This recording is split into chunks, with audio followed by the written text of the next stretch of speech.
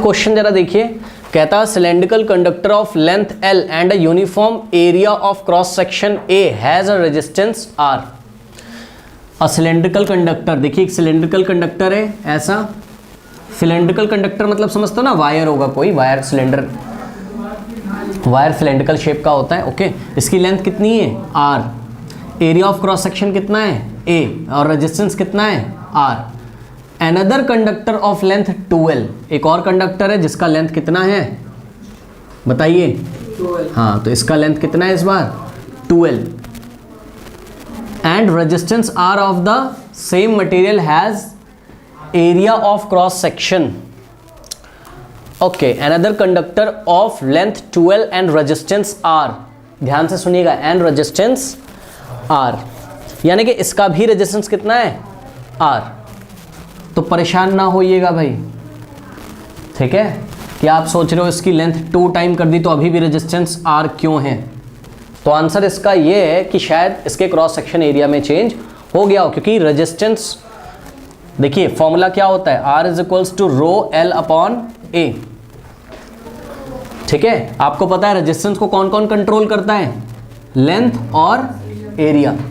तो इसका एरिया कुछ ऐसा हो गया होगा कि इसका रेजिस्टेंस अभी भी चेंज नहीं हुआ, लेंथ को बढ़ाने के बाद भी।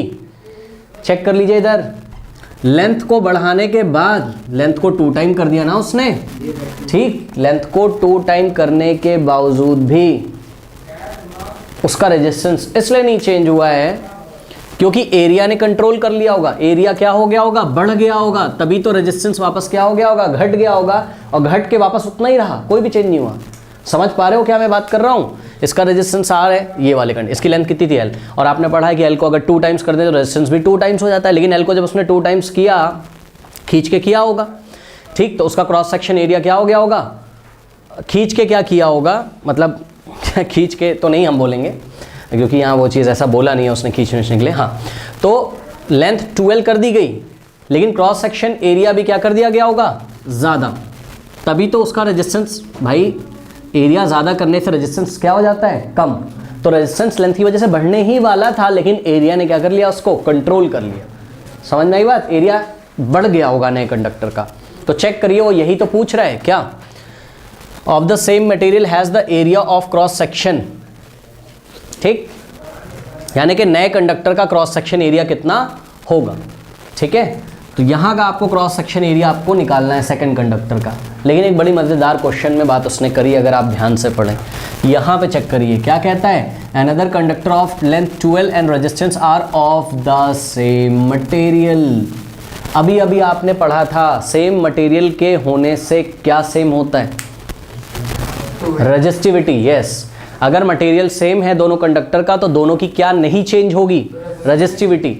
यानी कि आपको रेजिस्टिविटी का फॉर्मूला पता है, ये तो पता है ना सबको, जनरल फॉर्मूला चेक करिए जरा, R is equals to rho L upon A। तो यहाँ से अगर मैं रो निकालूँ, रो इज इक्वल्स टू क्या हो जाएगा, R into A upon L, ये A इसमें मल्टीप्लाई हो जाएगा और L डिवाइड हो जाएगा। ठीक है, तो ये रो है, जो रो 1 है वही रो 2 है। नहीं समझ में आई बात। तो अगर मैं इस फॉर्मूले से अगर मैं कर दूं रो 1 इज इक्वल्स टू व्हाट, रो 2। अब चेक करिए, रो 1 यानी पहले कंडक्टर के लिए बात हो रही है। ठीक है, तो रो की वैल्यू क्या होती है, R into A upon L। पहले कंडक्टर का रेजिस्टेंस कितना है, तो R की जगह R। पहले कंडक्टर का क्रॉस सेक्शन एरिया कितना है, A की जगह A। पहले कंडक्टर की लेंथ कितनी है, L इज इक्वल्स टू। दूसरे कंडक्टर की चलिए बात करते हैं। ठीक, दूसरे कंडक्टर का भी रेजिस्टेंस कितना है इत्तेफाक से, R। दूसरे कंडक्टर का क्या निकालना है आपको, क्रॉस सेक्शन एरिया, तो उसको आप अज्यूम कर लीजिए, लेट अस से A2, लेट अस से A2 अपॉन L। दूसरे कंडक्टर का लेंथ कितना दिया है, 2L। अब आपको A2 फाइंड करना है, बाकी सब कुछ नोन है। चेक कर लीजिए, R से R कैंसिल हो जाएगा, ठीक, L से L कैंसिल हो जाएगा, ये 2 इधर जाके मल्टीप्लाई कर देगा, तो A2 इज इक्वल्स टू क्या आ जाएगा, 2 टाइम्स A। यानी कि नया जो कंडक्टर बनाया गया है 2L लेंथ का, जिसका रेजिस्टेंस R है, उसका क्रॉस सेक्शन एरिया कितना हो जाएगा, 2A। बात समझ में आई कि नहीं समझ में आई, कर लीजिए।